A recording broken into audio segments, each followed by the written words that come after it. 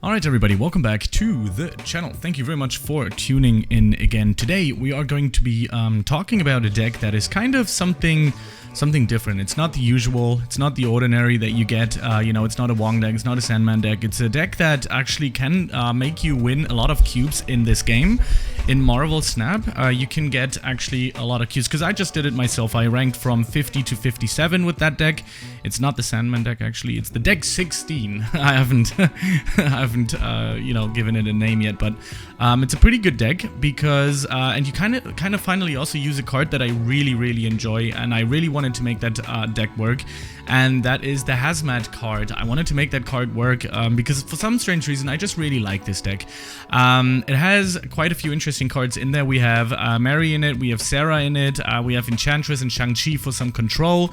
You can literally do quite a few combos with this deck, and it's really kind of a little bit of a budget deck, a little bit, because Zabu's in it, right? We know that he's kind of really difficult to get sometimes, but in general this is a really good deck. And also Sera, of course Sera is probably one of the best cards there are in the game, and yeah, hasn't been changed. It's a really good deck, so let's go through it real quick. So what we have in plan is that we're going to use those cards, for example like Hazmat, that is going to afflict all other cards with -1 power. You can then use Luke Cage to kind of have your cards not reduced but your opponent's, so it's kind of wise to play Hazmat in turn 6 when every card is down.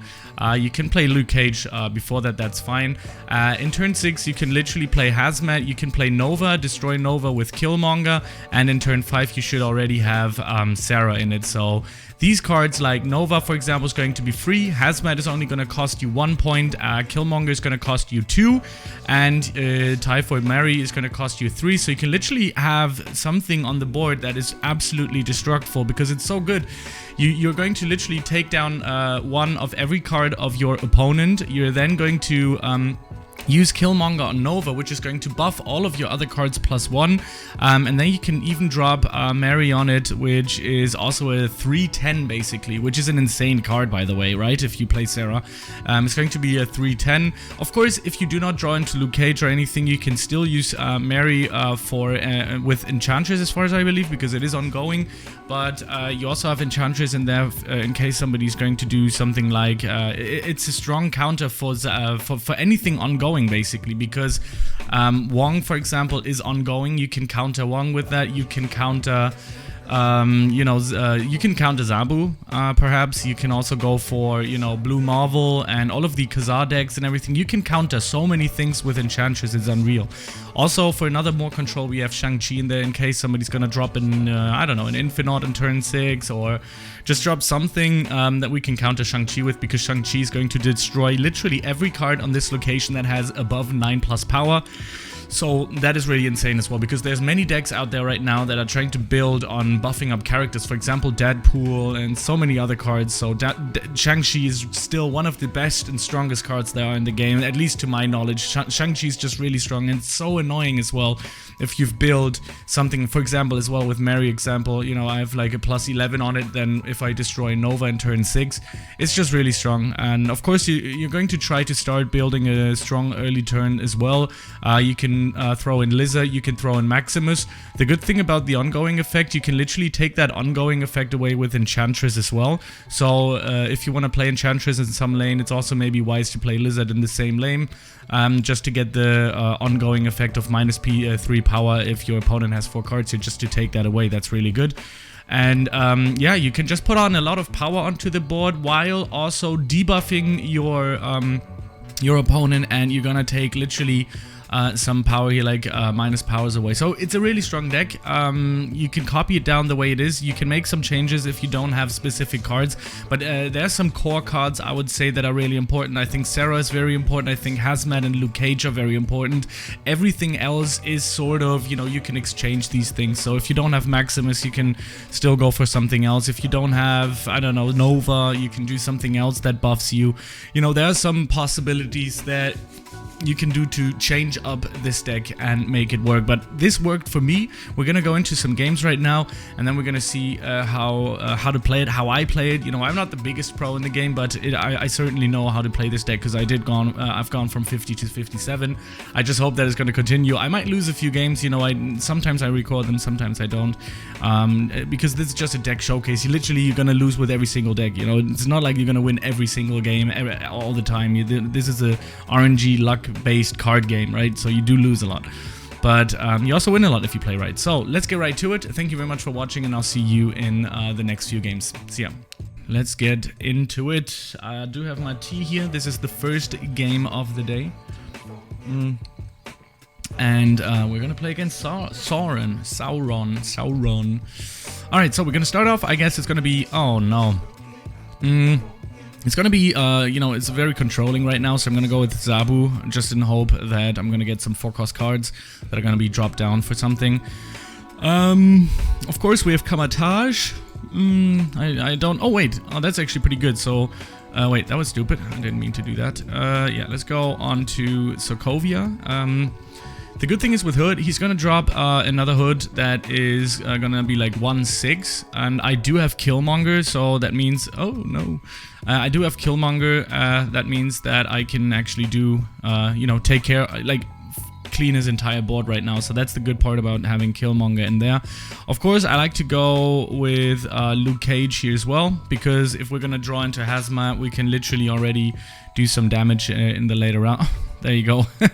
I'm gonna take away Kamatage because that's a little bit too risky. I don't have much on reveal effects. I think he's gonna benefit much more from this than I do. This is why I'm gonna take away Kamatage, just to, you know, make him suffer a little bit. So he's gonna go for that. That's actually pretty smart to equal out that -2.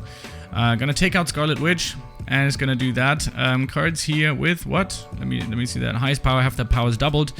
That's actually pretty good. So, I think I can already play Mary, but I'm not gonna do that. I'm gonna go with Sera right now, because I know that these guys are gonna be deleted. They're gonna be gone once I play Killmonger. So I need... Oh, damn! Now I would have needed my my good old homie. Oh my God, that's +30. That's strong. That's very strong.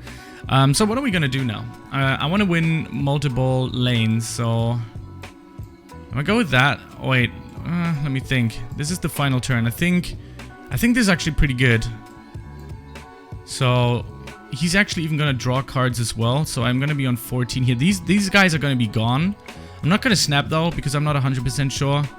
But I'm gonna skip the mid-turn. I just don't care. I'm gonna go with the mid-turn. Oh my God, death. Okay, that's strong. Let's go. Take care of that. That's pretty good. We got Maximus on there. And that's 14, and that should make us the winner. There you go. You know, this is a strong deck. This is a strong deck. I mean, you do kind of have to know a little bit on how to control, you know, everything. But as you can see, even though there was Red Skull and Death, that's 43 power on the board with these cards only. I mean, yeah, we did have Throne Room, but still, this is insane. That's a 4-cuber. I'll take it. First game of the day. That's a good sign. And yeah, that's pretty good. So let's get into the next one. Okay.